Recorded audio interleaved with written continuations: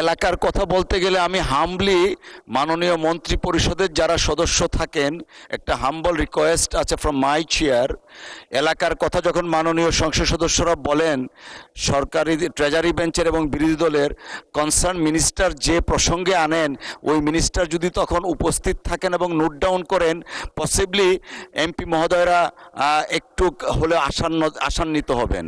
আমি খেয়াল করেছি কনসার্ন মিনিস্টার উপস্থিত থাকা সত্ত্বেও they do pay no heed what the honourable member is saying. I humbly request যারা অনারেবল মিনিস্টার আছেন সংসদে উপস্থিত থাকা অবস্থায় একটু নোট ডাউন করবেন, ওনাদের অ্যাটলিস্ট একটা প্রত্যাশার জায়গা পূরণ হবে যে হ্যাঁ নোট ডাউন করা হয়েছে। Thank you. ইয়েস, আপনাকে 2 মিনিট দিলাম এই জন্য।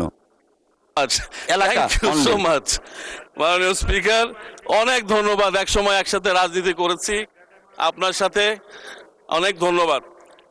যেটা বলছিলাম, এলাকাতে আমাদের 7 লক্ষ অধিবাসীর এলাকা ত্রিশাল, 4,03,000 ভোটারের এলাকা ত্রিশাল।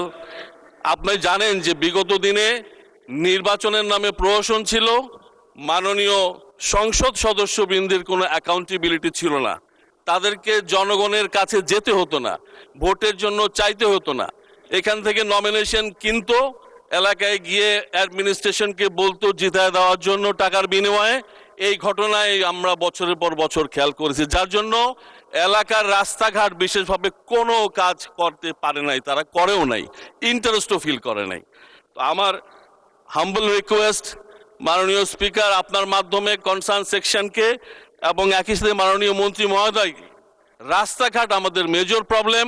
ত্রিশালের ক্ষেত্রে আমাদের মিনিমাম 100 থেকে 150 কিলোমিটার রাস্তা আমি মোটামুটিভাবে আন্দাজ করতে পারি যে রাস্তাগুলো একেবারেই চলাচলের অযোগ্য।